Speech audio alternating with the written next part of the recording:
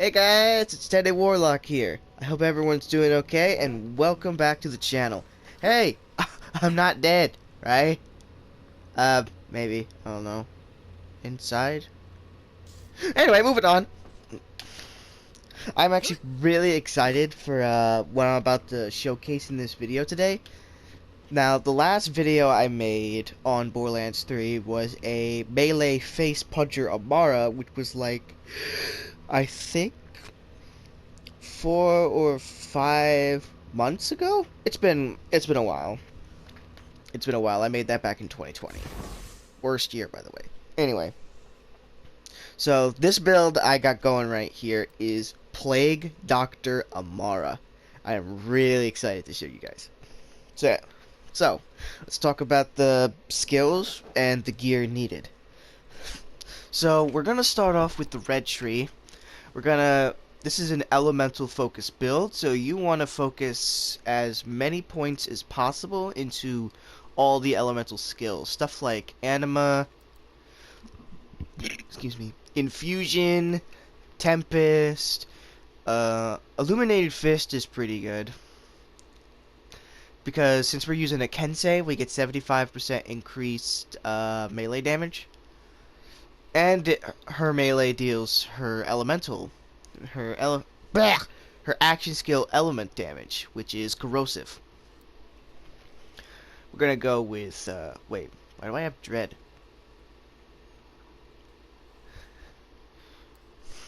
I'll have to change that. I forgot. I don't need dread. Anyway, deep well, 20% mag size with elemental weapons. We're gonna be using elemental weapons, so that's a plus. Indiscriminate, this is probably one of Amara's absolute best skills, and trust me, you're going to see this proccing a lot. 1 point into sustainment. Sorry about the yawns. 1 point into sustainment, because that's really all you need, since we're doing so much elemental damage to begin with. And not a lot of people actually go with this, but this is actually perfect for us. Forceful expression. So basically, Amara's guns deal bonus elemental damage based on her action skill element. Bonus elemental damage is 18%. Now, it's not much, but hey, it stacks. And since we're focusing so much on corrosive, it makes sense. Now, we're actually going into the blue tree because we want to use phase cast. It has like one of the it's probably one of the better skills for this build, since you can just proc the anointments we're going to be using, which is next to mag radiation. Alright, so we got fast hands, because fast hands is honestly just a really good skill. We got violent tapestry here. So now, the reason why we're going violent tapestry over wildfire is because we're going to be activating our action skill a lot. So we're using violent tapestry over wildfire, since we're gonna be just having incredible status effect chance. So there's really no point in wildfire, because especially with the guns we're using. Restless, action skill cooldown rate. This is gonna be really good to just spam phase cast. Transcend. After we activate our action skill, we get increased accuracy, critical hit damage, which is really good, because like I said, we're going to be spamming this. Don't need Ascendant, because we're not using any augmentations, because for some reason with this build, using stuff like Deliverance or anything else, for some reason, just absolutely destroys your frames. At least on console, I believe. So, unfortunately, no augmentations, unless you really want to kill your frames and make it literally unplayable. Anyway, we're going with Laid Bare. Pretty self-explanatory. Enemies take 25% increased damage for 8 seconds whenever we hit them with our action skill. The skill is so good, especially on phase cast, because it hits multiple people. We got Wrath. And also pretty self-explanatory. We get 20% increased gun damage, and whenever we activate our action skill, we get 40% instead. We got Awakening. We have 30% increased stack effectiveness, so we're basically just guaranteed to proc elemental damage on enemies with Violent Tapestry. And of course, we got Avatar. Avatar is really good because we get bonus stat rush stacks, and while it's on cooldown, we can activate our action skill again in case of emergencies. Really nice to have. No points into Purple Tree. I mean, you could go into Heavy Rain if you want, but personally, I like going down into Green Tree for Helping Hands and Find Your Center, since, like I said, we're using a Kensei. We're going to be dealing bonus melee damage, so this is just a straight up 100% damage increase, because how it works with the Kensei. So I personally like going Personal Space, 2 points into Root to Rise for max health, and Helping Hands. Helping Hands is just so good. It's such a good skill.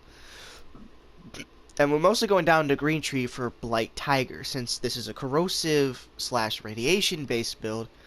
It's best to do just have your action skill be corrosive, because, like I said, Kensei. Now there's the actions, there's the skills, so we're gonna go over the gear now.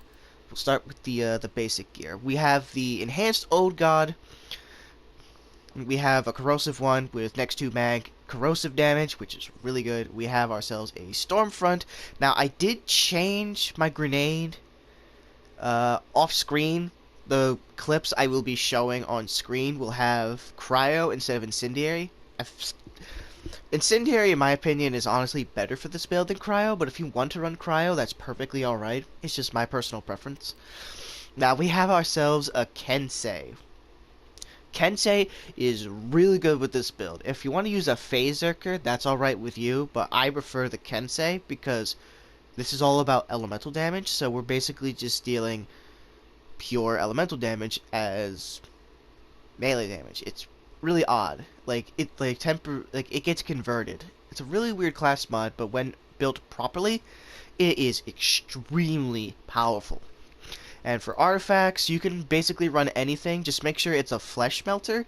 My build is kind of hindered a little bit because we have a Moxie's Endowment, but the skills on it are extremely good. Action skill, cooldown rate, melee damage, and corrosive damage. These basically just all add up, especially combined with the class mod. Now for weapons, trust me, I feel like it's easier to farm for corrosive only weapons, since it's easier to farm for them, especially with the certain anointment. Looking at you, SF Force. So we're going with Okay, so with the gear you want corrosive weapons with the anointment next to mag radiation. The corrosive is mostly one you want to focus on, but the radiation's also good because when you kill an enemy, they explode, so it's easier to spread the radiation. After all, this is basically based around like sickness, pestilence, and stuff like that, so it would make sense to add radiation to this build. Plus, it just adds bonus damage, so that's also really nice. Alright, so we're also running the Chaos. The Chaos is honestly one of my favorite assault rifles in this game. Easily one of my top 5 favorites. When you kill an enemy with this, they explode with the gun's element. So it also benefits with the radiation because I believe this procs on next to mag. Don't quote me on that. Either that or it's just because they're radiated and they just explode because of the element. That's more than likely it.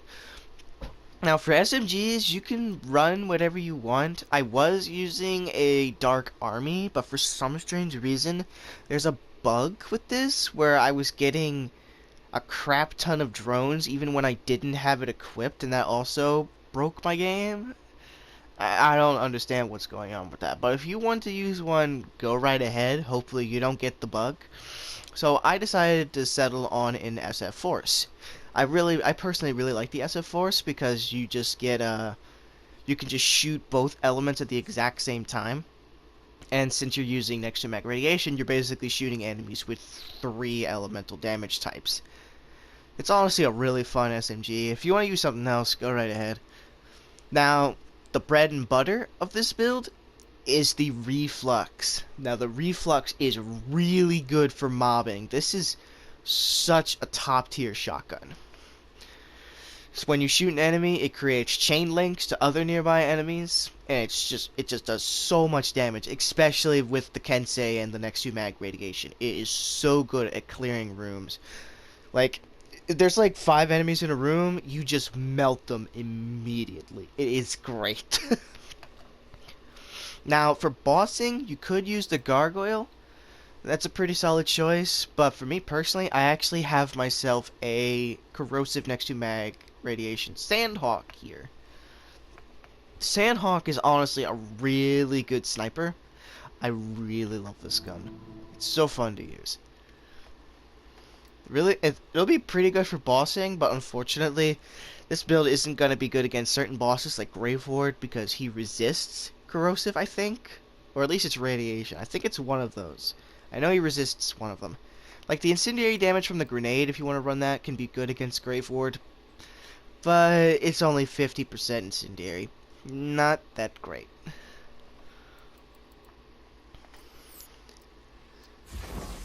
So, sorry if this video is a little short, but honestly, there's really not much else to show. Just showcasing the build, and I have clips in the background to show you this build's capabilities.